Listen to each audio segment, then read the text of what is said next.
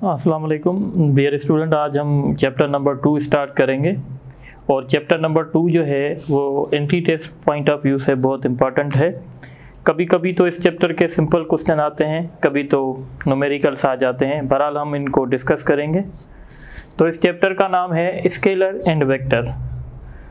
अब आप देखें, जो हमारे पास फिज़िकल क्वांटिटी है, जो भी हमारे पास फिज़िकल क्वांटिटी होगी, उन क्वांटिटीज़ को 3 हिस्सों में डिवाइड किया गया है। एक को हम कहते हैं स्केलर क्वांटिटीज़ और एक को हम कहते हैं वेक्टर क्वांटिटीज़ और एक को हम कहते हैं टेंसर। ये आपके सिलेबस में नहीं है। थोड़ा सा इंट्रोडक्शन देख लेते हैं। देखें, जो स्केलर क्वांटिटीज़ होती हैं, हम कहते हैं स्केलर क्वांटिटीज़ वो होती हैं जिनको डिफ़ाइन करने के लिए मैग्नीट्यूड और प्रॉपर यूनिट की ज़रूरत हो, यानी those physical quantities which are completely described with the help of magnitude and proper unit.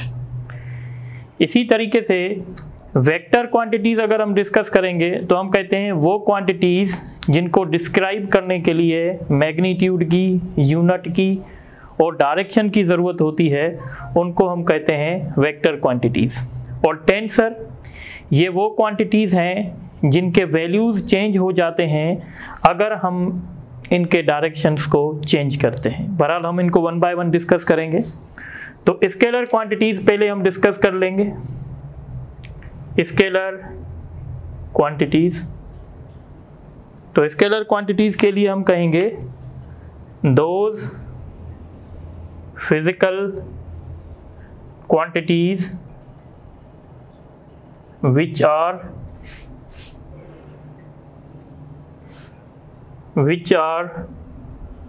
completely described by magnitude and proper unit. Those physical quantities which are completely described by magnitude and proper unit। जैसे for example अगर हम कहते हैं मास, तो मास को define करने के लिए हमें ये करना पड़ेगा कि भाई इस बॉडी का मास जो है वो 4 kg है। अगर मैं कह रहा हूँ किसी बॉडी का मास 4 kg है, तो मतलब मैंने कम्प्लीटली उसको डिस्क्राइब कर दिया। ये 4 जो है ये मैग्नीट्यूड है और kg जो है वो यूनिट है। यानी मास को कंप्लीट डिफाइन करने के लिए मुझे मैग्नीट्यूड की और यूनिट की ज़रूरत है, तो मैं कहूँगा मास जो है वो स्केलर क्वांटिटी है। इस तरीके से टेम्परेचर, अगर मैं कह रहा हूँ भाई इस बॉडी का टेम्परेचर 20 सेल्सियस है, तो मतलब टेम्परेचर डिफाइन करने के लिए हमें मैग्नीट्यूड की भी ज़रूरत पड़ रही है और यूनिट की भी ज़रूरत पड़ रही है, तो हम कहेंगे टेम्परेचर जो है हमारे पास स्केलर क्वांटिटी है। स्केलर क्वांटिटी के बहुत सारे एग्जांपल्स हैं, तो हम कुछ एग्जांपल लिख लेते हैं। एग्जांपल्स ऑफ स्केलर क्वांटिटी हम कहते हैं mass, time, speed, distance, work, electric flux,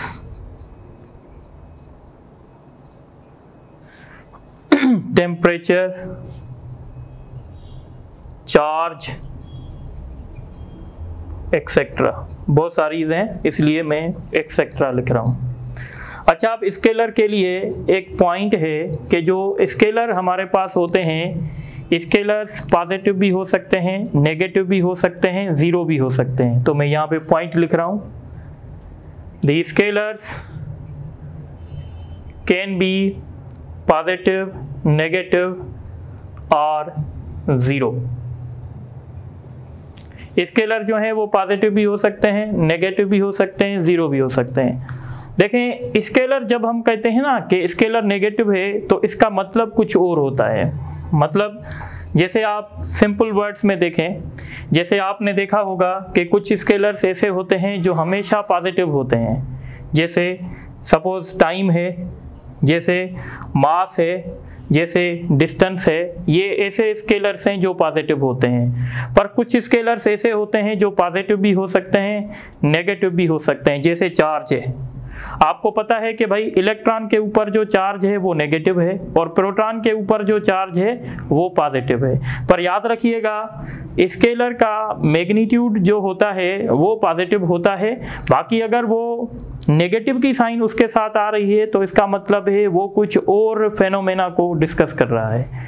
जैसे अगर हम देखें कि भाई प्रोटॉन और इलेक्ट्रॉन को हम चार्ज के हिसाब से डिफरेंशिएट कर रहे हैं, तो हम कहते हैं भाई इलेक्ट्रॉन के ऊपर जो चार्ज है और जो प्रोटॉन के ऊपर चार्ज है ये दोनों एक दूसरे के अपोजिट हैं। तो अपोजिट का इफेक्ट दिखाने के लिए हम क्या कर रहे हैं, एक स्केलर में प्लस की साइन लगा रहे हैं, दूसरे स्केलर में माइनस की साइन लगा रहे हैं। इसी तरीके से वर्क भी आपको पता है कि भाई वर्क पॉजिटिव भी हो सकता है, नेगेटिव भी हो सकता है। पॉजिटिव वर्क का कुछ और मतलब होता है, नेगेटिव वर्क का कुछ और मतलब होता है। तो स्केलर हमारे पास जो होते हैं वो पॉजिटिव भी हो सकते हैं, नेगेटिव भी हो सकते हैं, जीरो भी हो सकते हैं। तो आई होप ये बात आपको समझ में आ रही होगी। इसी तरीके से अब स्केलर के लिए एक बहुत इंपॉर्टेंट पॉइंट नोट करें। अगर हम स्केलर्स को कंपेयर करवाना चाहते हैं, सपोज एक मेरे पास स्केलर है, तो एक स्केलर S1 है, एक स्केलर S2 है। मैं इन दोनों को कंपेयर करवाना चाहता हूं और मैं ये देखना चाहता हूं क्या ये स्केलर इक्वल हैं कि नहीं हैं। तो दो स्केलर तब इक्वल होंगे जब उनका मैग्नीट्यूड सेम हो, जब उनका यूनिट सेम हो और जब उनका साइन सेम हो। जैसे अगर मैं कहूँ भाई इलेक्ट्रॉन के ऊपर चार्ज प्लस 1.602 इंटू 10⁻⁻19 कूलम है, ठीक है, सॉरी माइनस में है, और प्रोटॉन के ऊपर जो चार्ज है वो प्लस 1.602 इंटू 10⁻⁻19 है। और मैं आपसे पूछ रहा हूं क्या इलेक्ट्रॉन और प्रोटॉन पे चार्ज सेम है, तो हम कहेंगे नहीं, चार्ज डिफरेंट है। देखें चार्ज का मैग्नीट्यूड सेम है, यूनिट भी सेम है, फिर भी हम कह रहे हैं कि नहीं ये दो स्केलर जो हैं वो अलग अलग हैं। अलग अलग इस बुनियाद पे हैं क्योंकि एक के पास माइनस की साइन है, एक के पास प्लस की साइन है। तो यहां से आप समझ गए होंगे two scalars are said to be equal. Two scalars are said to be equal if these have same magnitude, sign and units, और उनके पास यूनिट भी सेम होने चाहिए। मैग्नीट्यूड भी सेम होना चाहिए, साइन भी सेम होना चाहिए और यूनिट भी सेम होना चाहिए। तो फिर हम कह सकते हैं कि ये दोनों जो हैं वो आपस में इक्वल होते हैं। इसी तरीके से अब हम आगे चलेंगे और आपको ये बताने की कोशिश करेंगे कि जो स्केलर्स होते हैं उनको हम मल्टीप्लाई भी कर सकते हैं, डिवाइड भी कर सकते हैं, सब्ट्रैक्ट भी कर सकते हैं। तो ये सारे ऑपरेशन हम स्केलर के कर सकते हैं। तो मैं यहाँ पे लिख रहा हूँ scalars can be added, subtracted, multiplied and divided by elementary algebra। Elementary algebra किसको कहते हैं, जो हम बचपन में पढ़ के आए हैं। जैसे हम पढ़ते हैं भाई 2 + 3 तो हम कहते हैं भाई 5। जैसे हम कहते हैं 2 × 3 तो हम कहते हैं 6। जैसे हम कहते हैं 6 / 3 तो हम कहते हैं 2। तो ये जो स्केलर ऐड होंगे या स्केलर सब्ट्रैक्ट होंगे या स्केलर मल्टीप्लाई होंगे या स्केलर डिवाइड होंगे तो वो किस रूल से होंगे, तो वो एलिमेंट्री अलजेब्रा से होंगे। अब एक पॉइंट याद रखें, दो स्केलर्स तब ऐड हो सकते हैं जब वो सेम फिजिकल क्वांटिटी हो। यानी अगर हमारे पास मास है तो हम मास को मास में ऐड कर सकते हैं। ऐसे नहीं है कि हमारे पास एक क्वांटिटी मास है और दूसरा स्केलर हमारे पास वॉल्यूम है, तो वॉल्यूम को कभी भी हम मास में ऐड नहीं कर सकते। तो स्केलर, दो स्केलर तब ऐड होंगे जब वो सेम फिजिकल क्वांटिटी होंगे। सो ये पॉइंट लिख लें आप, scalars can only be added when these are same quantities। जब वो सेम क्वांटिटी होंगे, सेम क्वांटिटी से क्या मुराद है कि भाई अगर एक स्केलर हमारा चार्ज है तो दूसरा स्केलर भी चार्ज होना चाहिए, एक स्केलर अगर हमारा टेम्परेचर है तो दूसरा स्केलर भी टेम्परेचर होना चाहिए। तो ये बात आपको समझ में आनी चाहिए। इसी तरीके से दूसरी पॉइंट आप याद रखेंगे, मल्टीप्लिकेशन के लिए कोई हार्ड एंड फास्ट रूल नहीं है। मल्टीप्लिकेशन के लिए हमारे स्केलर डिफरेंट भी हो सकते हैं, हमारे स्केलर सेम भी हो सकते हैं, पर यह बात आपको याद रखनी चाहिए कि एडिशन के लिए आपके स्केलर्स जो हैं वो सेम क्वांटिटी के होने चाहिए। अब स्केलर्स में कुछ प्रॉपर्टीज़ अप्लाई होती हैं, ये यहाँ देख लें। एक स्केलर ए है, एक स्केलर बी है, और हम इनको ऐसे लिख सकते हैं, यानी a plus B is equal to B plus A. ये जो प्रॉपर्टी होती है इसको कम्यूटेटिव लॉ कहते हैं, कम्यूटेटिव लॉ ऑफ एडिशन। तो स्केलर्स जो होते हैं वो कम्यूटेटिव लॉ ऑफ एडिशन को ओबे करते हैं। इसी तरीके से एक ये प्रॉपर्टी होती है,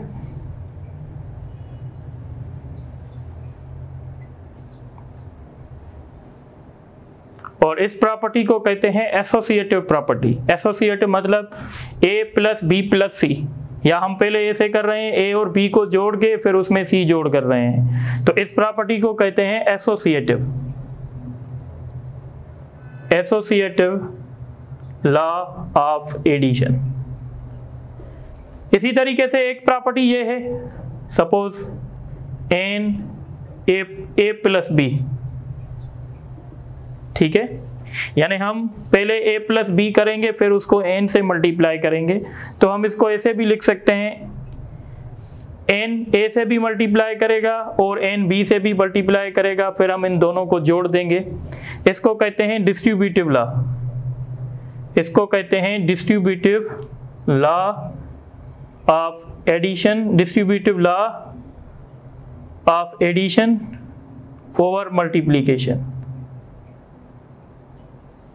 इसी तरीके से a into B is equal to B into A, इसको कहते हैं commutative law of addition, commutative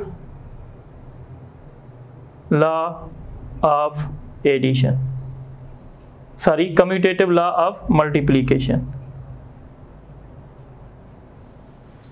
इस तरीके से एक और भी हमारे पास लॉ हो सकता है, जैसे a multiplied by b multiplied by c, या हम इसको ऐसे भी लिख सकते हैं, a मल्टीप्लाइड बाय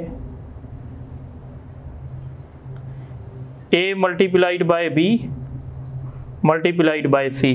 तो इसको कहेंगे एसोसिएटिव लॉ, पर बीच में ऑपरेशन कौन सा हो रहा है, मल्टीप्लिकेशन का, तो हम इसको ऐसे कह सकते हैं, एसोसिएटिव लॉ ऑफ मल्टीप्लिकेशन।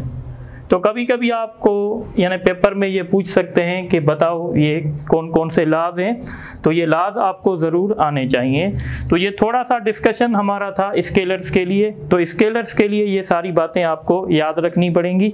अब हम डिस्कस करेंगे वेक्टर क्वांटिटीज़, तो आप इनको नोट करें ताकि मैं इरेज कर दूँ।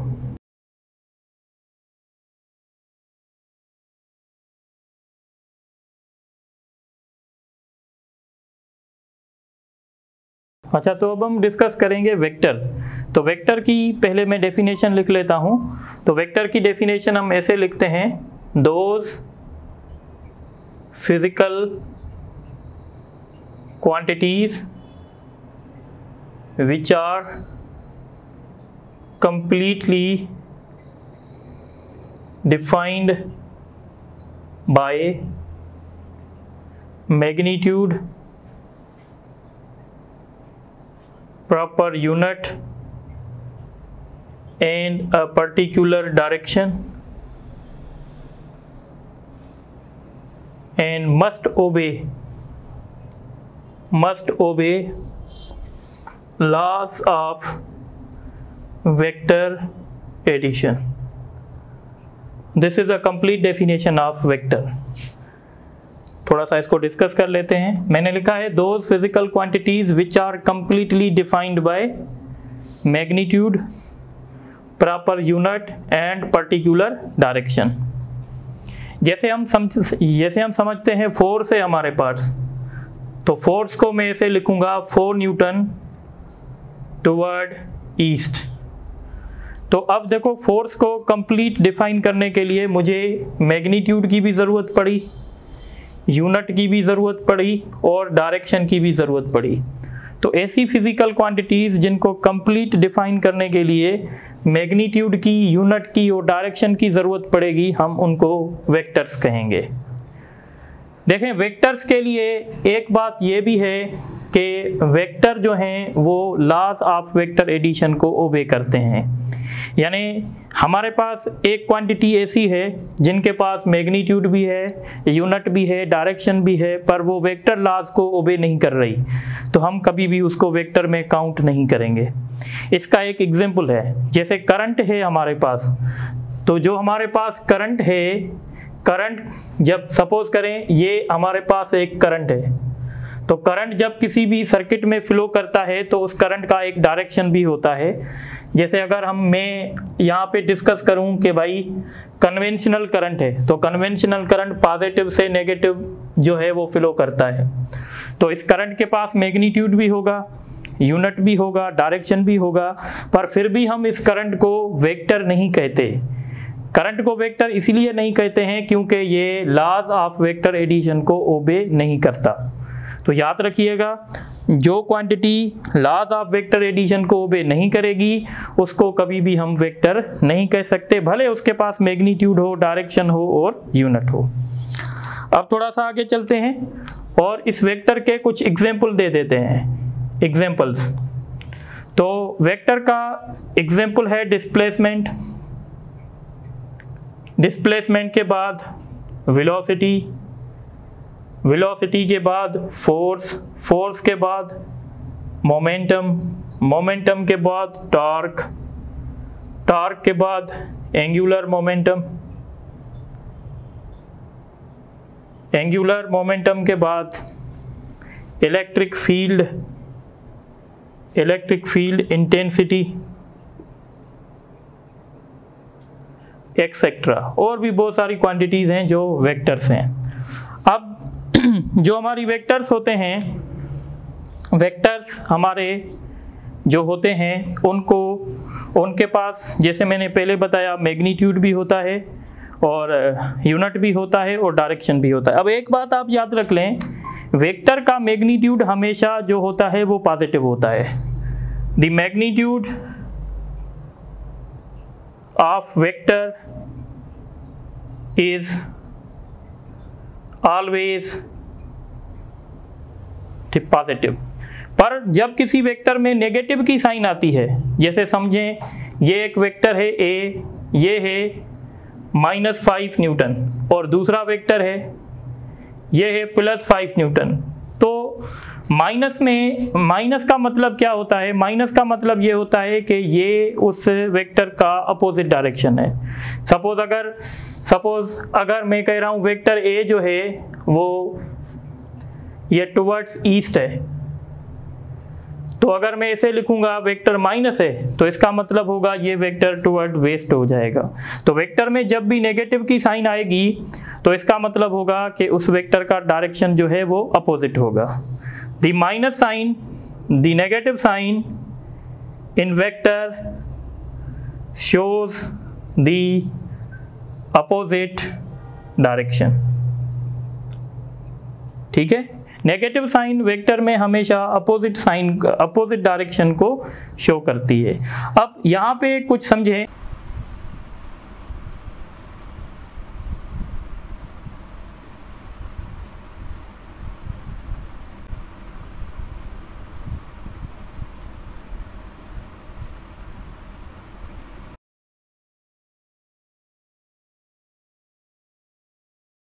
कि हम वेक्टर को रिप्रेजेंट कैसे करते हैं। अब हम बात कर रहे हैं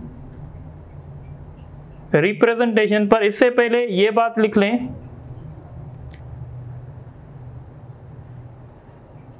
the vectors can be added, subtracted and multiplied by using vector algebra. यानी वेक्टर को ऐड करने के लिए और वेक्टर को सब्ट्रैक्ट करने के लिए या मल्टीप्लाई करने के लिए इनके पास कुछ जो हैं डिफरेंट रूल्स होते हैं और उन डिफरेंट रूल्स को हम वेक्टर अलजेब्रा कहते हैं। यानी अगर एक वेक्टर 2 है, दूसरा वेक्टर 3 है, तो हम इसको ऐड करके ऐसे 5 नहीं कह सकते। यानी वेक्टर्स जो हैं वो ऑर्डिनरी अलजेब्रा से ऐड नहीं होंगे, ऑर्डिनरी अलजेब्रा से सब्ट्रैक्ट नहीं होंगे। इनके लिए हमें दूसरी अलजेब्रा पढ़नी पड़ेगी और उस अलजेब्रा को कहते हैं वेक्टर अलजेब्रा। तो वेक्टर अलजेब्रा में हम हेड टू टेल रूल पढ़ते हैं, लॉ ऑफ पैरेललोग्राम पढ़ते हैं, डॉट प्रोडक्ट पढ़ते हैं, क्रॉस प्रोडक्ट पढ़ते हैं। तो ये सारी स्टडी वेक्टर अलजेब्रा में होती है। बात समझ में आ रही है? इसी के साथ अब हम बात करेंगे कि हम वेक्टर को रिप्रेजेंट कैसे करते हैं। Representation of a vector, vector को रिप्रेजेंट कैसे किया जाएगा? तो वेक्टर को एक रिप्रेजेंट करते हैं ग्राफिकल और एक इसको रिप्रेजेंट करते हैं लेटर्स। तो सबसे पहले हम ये समझ लेते हैं कि ग्राफिकली हम वेक्टर को कैसे रिप्रेजेंट करते हैं। ग्राफिकली तो ग्राफिकली हम क्या करते हैं, हम एक लाइन और एरो की मदद से शो करते हैं। इट इज रिप्रेजेंटेड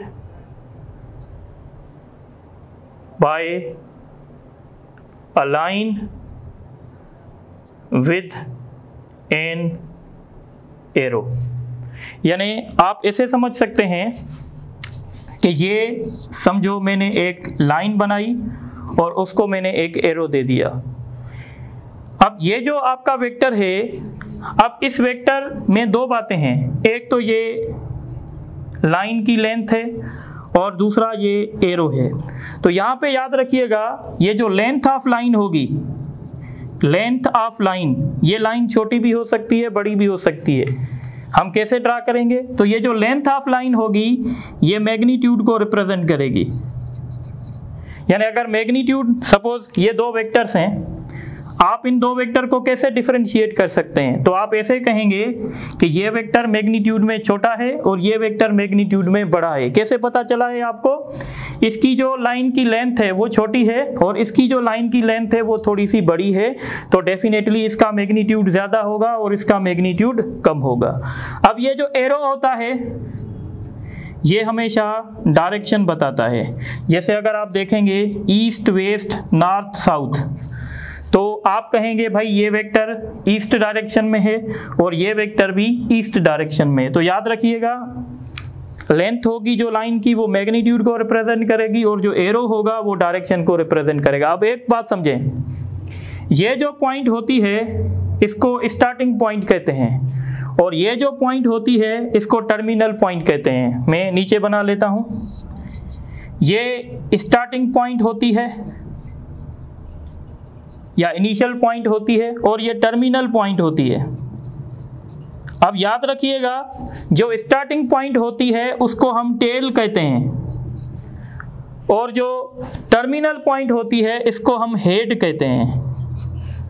तो सपोज करें अगर ये वेक्टर है ए बी, तो इस वेक्टर को हम ऐसे लिख सकते हैं, ए बी लिख के इसके ऊपर हम ऐसे एरो दे देंगे, तो ये हमारा वेक्टर बन गया ए बी।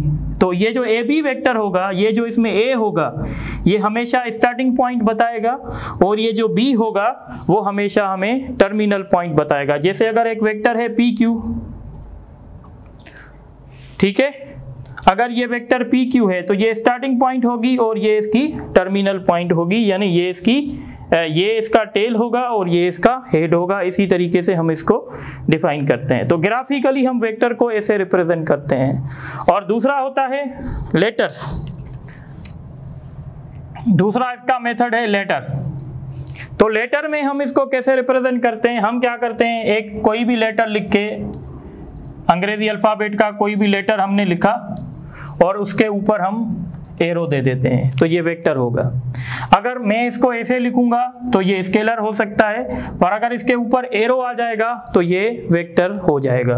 यानी इट कैन बी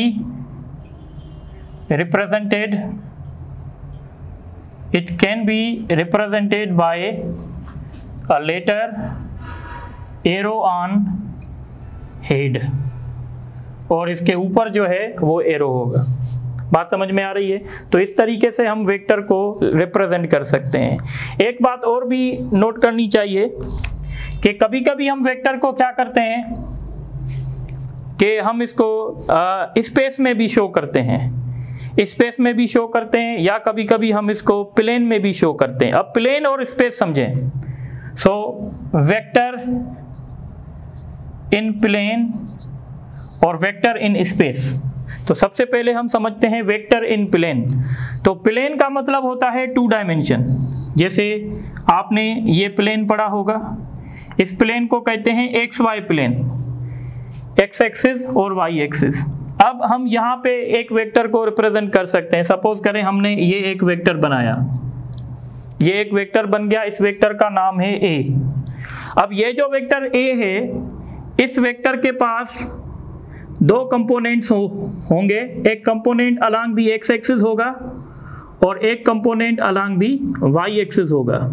एक को हम कहेंगे ए एक्स और एक को कहेंगे हम ए वाई। या ऐसे समझें, इस वेक्टर का जो प्रोजेक्शन होगा, इस वेक्टर का जो प्रोजेक्शन एक्स एक्सिस पे पड़ेगा उसको एक्स कंपोनेंट कहा जाएगा, और इस वेक्टर का जो प्रोजेक्शन वाई एक्सिस पे पड़ेगा उसको वाई कंपोनेंट कहा जाएगा। कंपोनेंट कहूँ या प्रोजेक्शन कहूँ, बात क्या होगी? सेम होगी। यानी वेक्टर को हम प्लेन में ऐसे शो कर सकते हैं, ये वेक्टर है और हम इसको ऐसे शो कर सकते हैं। ये हम आगे जाके भी डिस्कस करेंगे। ये वेक्टर का एक्स कंपोनेंट हो गया, ये वेक्टर का वाई कंपोनेंट हो गया। याद रखिएगा, ये आई एन जे और हम आगे पढ़ेंगे के are unit vectors along X axis, Y axis and Z axis. Unit vector क्या होता है ये हम आगे डिस्कस करेंगे। तो बहरहाल जब हम वेक्टर की बात करते हैं प्लेन में, तो प्लेन में वेक्टर के 2 कंपोनेंट्स होंगे। मैक्सिमम कंपोनेंट जो है प्लेन में 2 होंगे, और वो कौन से होंगे? एक्स कंपोनेंट भी हो सकता है, वाई कंपोनेंट भी हो सकता है। तो मैं पॉइंट लिख लेता हूँ। In plane vector has maximum 2 components. अब कभी कभी क्वेश्चन आता है, भाई इस वेक्टर में बताओ एक्स कंपोनेंट कितना है? तो इस वेक्टर में एक्स कंपोनेंट 2 है। एक्स कंपोनेंट हमने कैसे पहचाना है? एक्स कंपोनेंट हम ऐसे पहचानेंगे, जिसके साथ आई आएगा वो एक्स कंपोनेंट होगा, जिसके साथ जे आएगा वो वाई कंपोनेंट होगा। यानी इसमें एक्स कंपोनेंट 2 है और इसमें वाई कंपोनेंट जो है वो 3 है। इस तरीके से हम इसको पहचान सकते हैं। इसी तरीके से अब जब क्वाड्रेंट की बात होती है, ये बात थोड़ी सी समझ लें। जब हम प्लेन की बात करते हैं तो प्लेन में 4 क्वाड्रेंट बनते हैं। इसको कहते हैं फर्स्ट क्वाड्रेंट, इसको कहते हैं सेकंड क्वाड्रेंट, इसको कहते हैं थर्ड क्वाड्रेंट और इसको कहते हैं fourth quadrant. First quadrant, second quadrant, third quadrant और फोर्थ। यहाँ पे x पॉजिटिव होती है, यहाँ पे x नेगेटिव होती है, यहाँ पे y पॉजिटिव होती है, यहाँ पे y नेगेटिव होती है। अब आपको कैसे पता चलेगा कि ये जो वेक्टर मैंने दिया हुआ है ये है तो प्लेन में, पर प्लेन के कौन से क्वाड्रेंट में, कैसे पहचानेंगे? तो देखें, अगर आप इस फर्स्ट क्वाड्रेंट में हैं तो आपका x क्या है? x पॉजिटिव है, और y क्या है आपका? y भी पॉजिटिव है। अगर सिर्फ आप यहाँ देखें, जब आप यहाँ देखेंगे तो x आपको पॉजिटिव नज़र आएगी, y भी आपको पॉजिटिव नज़र आएगी।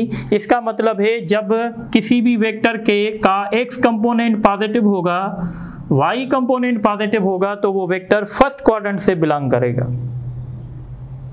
अब आप देखें सेकंड क्वाड्रेंट को, तो जब सेकंड क्वाड्रेंट में हम चलते हैं तो हमारा x नेगेटिव हो जाता है और हमारा y जो है वो पॉजिटिव हो जाता है। तो हम कहेंगे अगर किसी वेक्टर का x component x component negative होगा, वाई कंपोनेंट पॉजिटिव होगा, तो वो वेक्टर जो है वो सेकंड क्वाड्रेंट से बिलोंग करता है।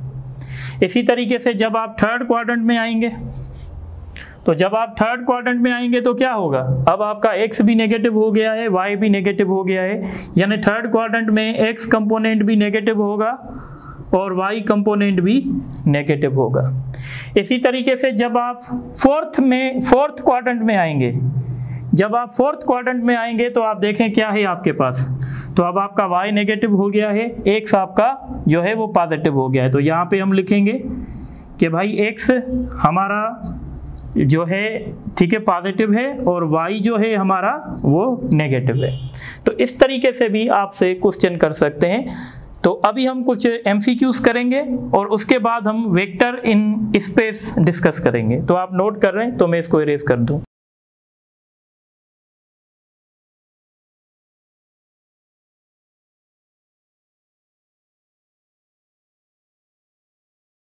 अच्छा, अब हम कुछ MCQs डिस्कस करते हैं।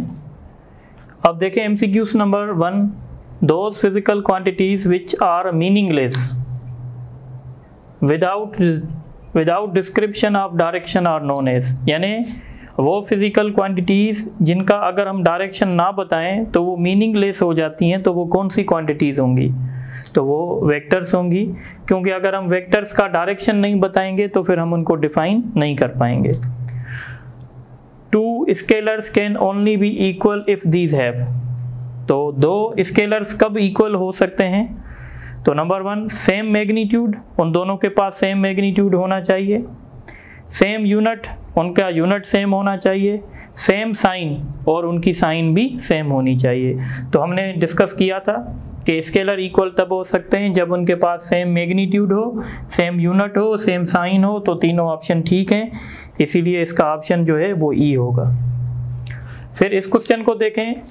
अच्छा, एंट्री टेस्ट में हम लोग बहुत ज़्यादा स्केलर वेक्टर को डिस्कस करते हैं, पर क्वेश्चन एट द एंड क्या होता है कि कौन सी क्वांटिटीज़ स्केलर हैं, कौन सी वेक्टर हैं, कौन सी क्या हैं। जैसे जो 2019 का पेपर था आप उसमें देख लें तो एक सिंपल सा क्वेश्चन आया था कि इनमें से कौन सी क्वांटिटी स्केलर हैं या कौन सी वेक्टर हैं।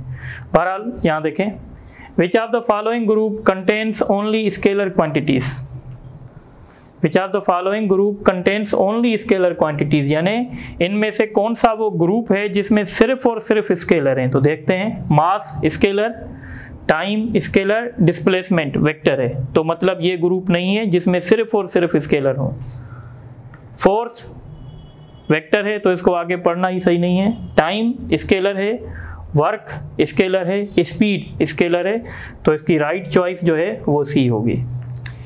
इसके बाद देखें, which of the following pair contains vector and scalar quantity, यानी वो कौन सा पेयर है जिसमें पहली क्वांटिटी जो है वो वेक्टर है और दूसरी क्वांटिटी जो है वो स्केलर है। अब देखें, काइनेटिक एनर्जी स्केलर है, वर्क स्केलर है, यानी इसमें दोनों स्केलर हैं। हमें कौन सा ग्रुप चाहिए जिसमें पहली क्वांटिटी वेक्टर होनी चाहिए, दूसरी स्केलर होनी चाहिए। दूसरा ऑप्शन फोर्स और डिस्प्लेसमेंट, ये दोनों वेक्टर हैं तो हम इनको कंसीडर नहीं करेंगे। टाइम और स्पीड, टाइम भी स्केलर है, स्पीड भी स्केलर है, तो हम इसको भी कंसीडर नहीं करेंगे। डिस्प्लेसमेंट स्केलर है या वेक्टर है, तो डिस्प्लेसमेंट वेक्टर है और चार्ज स्केलर है, तो हमें डी चॉइस सही होगी।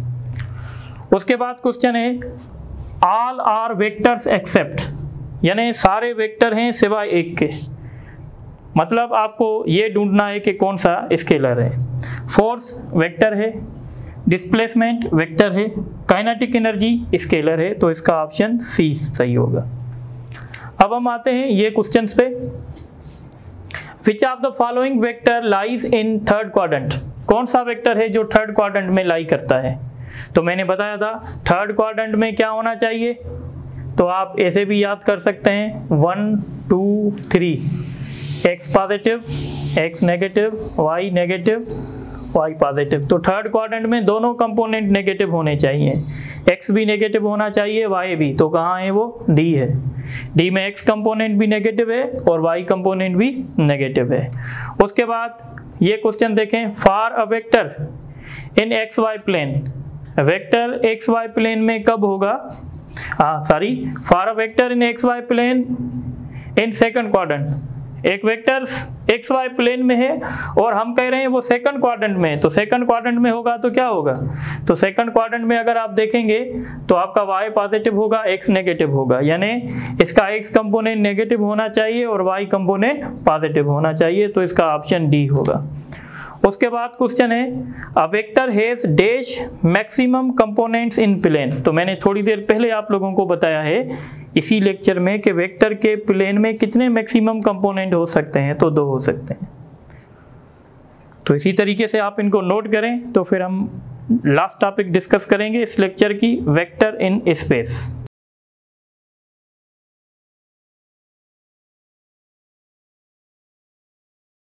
चले भाई अब शुरू करते हैं कि वेक्टर को स्पेस में कैसे रिप्रेजेंट किया जाता है। वेक्टर इन स्पेस, जब हम स्पेस की बात करते हैं तो स्पेस में वेक्टर के 3 कंपोनेंट्स होते हैं। In space vector has maximum 3 numbers of components. Space में मैक्सिमम 2 हो सकते हैं, और सॉरी प्लेन में 2 हो सकते हैं और स्पेस में 3 हो सकते हैं। ये स्पेस है, इसको कार्टेशियन कोऑर्डिनेट सिस्टम भी कहा जाता है, आपने कहीं पे नाम सुना होगा, इंटर क्लास में सुना होगा। तो ये ऐसे स्पेस हो जाती है। ये हम कहते हैं एक्स एक्सिस है, ये वाई एक्सिस है, ये जेड एक्सिस है। इसके साथ हम यूनिट वेक्टर लगाते हैं आई, इसके साथ जे लगाते हैं, इसके साथ के लगाते हैं, और ये समझें एक कोई वेक्टर हो जाता है। फिर इसके ये कंपोनेंट्स होते हैं, ये वाई एक्सिस, इस तरीके से हम कहते हैं कि इसके ये कंपोनेंट्स बन जाते हैं। बहरहाल हम ऐसे लिखेंगे इस वेक्टर को, इस वेक्टर को हम लिखेंगे vector A X I, A Y J और ए जेड के। तो ये 3 कंपोनेंट्स हो गए, ये एक्स कंपोनेंट हो गया, ये वाई कंपोनेंट हो गया, ये जेड कंपोनेंट हो गया, और ये वेक्टर स्पेस में आ गया। इस वेक्टर के मैक्सिमम कंपोनेंट 3 होंगे। याद रखें, अगर हम प्लेन की बात करेंगे तो 2, स्पेस की बात करेंगे तो 3। वैसे अगर आपसे कोई पूछ रहा है कि वेक्टर के कितने कंपोनेंट्स होंगे, तो फिर वेक्टर के इनफाइनाइट कंपोनेंट्स होंगे। तो मैं ऐसे भी लिख सकता हूँ वेक्टर हैज इनफाइनाइट कंपोनेंट्स। अब थोड़ा सी बात क्लियर करें, अगर कोई आपसे पूछेगा कि भाई वेक्टर के स्पेस में कितने कंपोनेंट्स हो सकते हैं, तो ज़्यादा से ज़्यादा 3, स्पेस में 3, प्लेन में 2। वैसे अगर कोई पूछ रहा है तो फिर इनफाइनाइट। अब आप यहाँ पे एक और हम बात समझेंगे। देखें, वेक्टर के पास मैग्नीट्यूड भी होता है तो डायरेक्शन भी होता है। डायरेक्शन मतलब ये जो हमारा वेक्टर है, ये वेक्टर एक्स एक्सिस के साथ भी एंगल बना सकता है, ये वेक्टर वाई एक्सिस के साथ भी एंगल बना सकता है, ये वेक्टर जेड एक्सिस के साथ भी एंगल बना सकता है। बात आ रही है समझ में? तो अगर ये एक्स एक्सिस के साथ एंगल बनाएगा, सपोज ये जो एंगल बन रही है, इस एंगल को मैंने कहा है अल्फा, और ये जो एंगल y के साथ बना रहा है इसको मैं कह रहा हूँ सपोज बीटा, और ये जो z के साथ बना रहा है इसको कह रहा हूँ ठीक है गेमा। तो ये हम एंगल भी फाइंड कर सकते हैं। जो एंगल होती हैं वेक्टर में वो डायरेक्शन बताती हैं। तो अगर हमें ये पता करना है कि भाई हमारा vector makes angle with positive x axis, ये हम कैसे कैलकुलेट करेंगे? तो इसको कैलकुलेट करने का फार्मूला है कि theta X is equal to cos inverse, ऊपर लिखेंगे ए एक्स और नीचे लिखेंगे वेक्टर का मैग्नीट्यूड। यानी ऊपर सपोज अगर हम एक्स एक्सिस के साथ एंगल फाइंड करना चाहते हैं तो ऊपर हम लिखेंगे क्या, ऊपर हम लिखेंगे एक्स कंपोनेंट और नीचे उसको डिवाइड करेंगे वेक्टर के मैग्नीट्यूड के साथ। अब आप ये पूछेंगे सर वेक्टर का मैग्नीट्यूड क्या है, तो मैं लिख लेता हूं मैग्नीट्यूड ऑफ वेक्टर। सो हम कहते हैं it is absolute value of a vector. Absolute value उसको कहते हैं जो हमेशा पॉजिटिव होता है। और मैग्नीट्यूड निकालने का तरीका क्या है?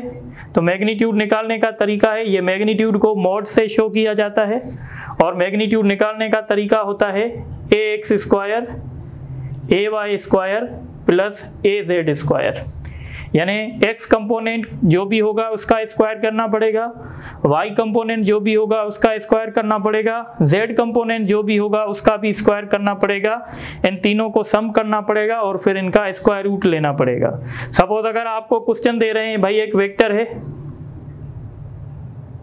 ये एक वेक्टर है, इसका मैग्नीट्यूड फाइंड करो, तो आप इसका मैग्नीट्यूड कैसे फाइंड करेंगे? 2 का स्क्वायर करेंगे, फिर 2 का स्क्वायर करेंगे, जब कोई भी नहीं होता है तो 1 होता है, 1 का स्क्वायर करेंगे, तो ये हो जाएगा 4 + 4 + 1 9, और 9 का स्क्वायर रूट कितना आएगा? 3, यानी इसका इस वेक्टर का मैग्नीट्यूड जो है वो 3 है। तो इस तरीके से आप एंगल फाइंड कर सकते हैं एक्स एक्सिस के साथ। इसी तरीके से अगर आपको एंगल चाहिए, एंगल विथ वाई एक्सिस के साथ एंगल चाहिए, तो इसका फार्मूला होगा थीटा वाई, इसमें भी हम cos इनवर्स लगाएंगे, पर अब हम एंगल y के साथ फाइंड कर रहे हैं तो यहाँ ऊपर हम ए वाई लिखेंगे और नीचे हम वही फार्मूला लिखेंगे मैग्नीट्यूड ऑफ ए। इसी तरीके से अगर आप एंगल z के साथ बना रहे हैं, एंगल विथ z एक्सिस, अगर आप z के साथ एंगल बनाना चाहते हैं तो z के साथ एंगल कैसे मिलेगी?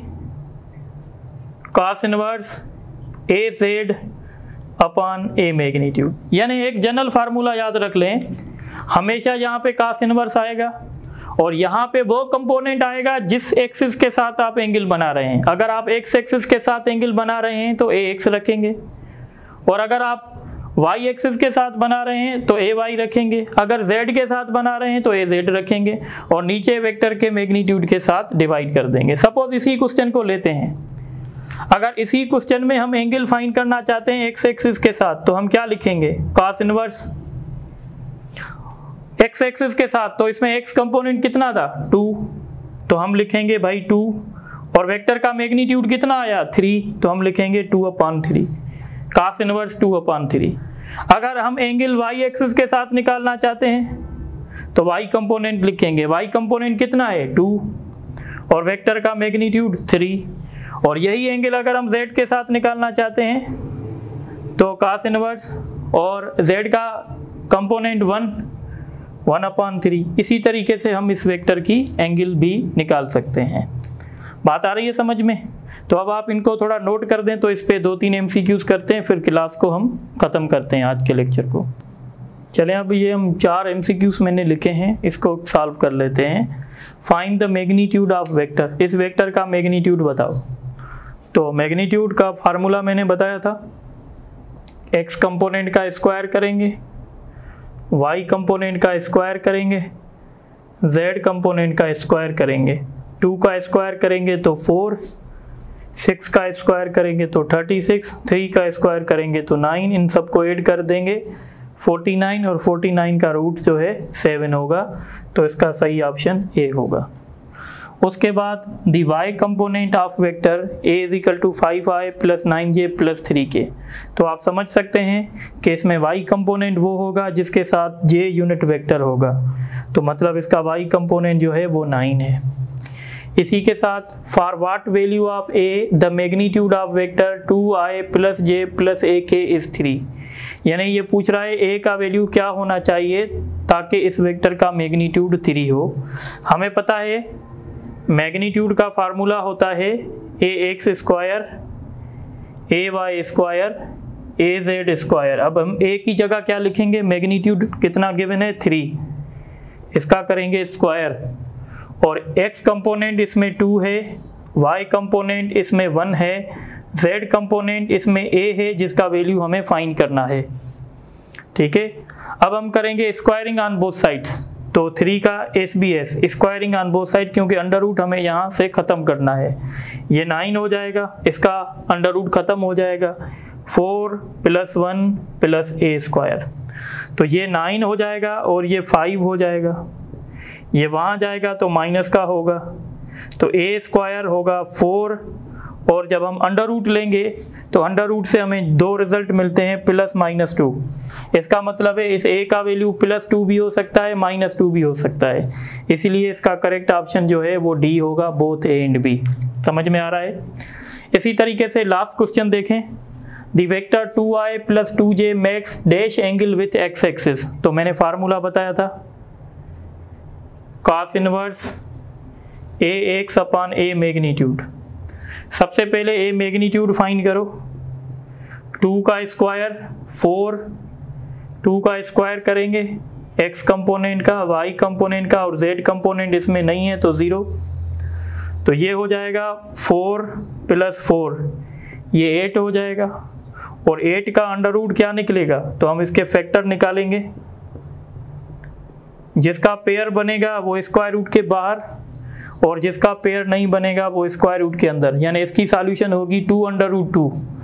अब हम इसमें वैल्यू रखेंगे cos इनवर्स, ऊपर रखना है ax क्या है 2 और नीचे मैग्नीट्यूड 2√2, तो 2 से कैंसिल हो गया।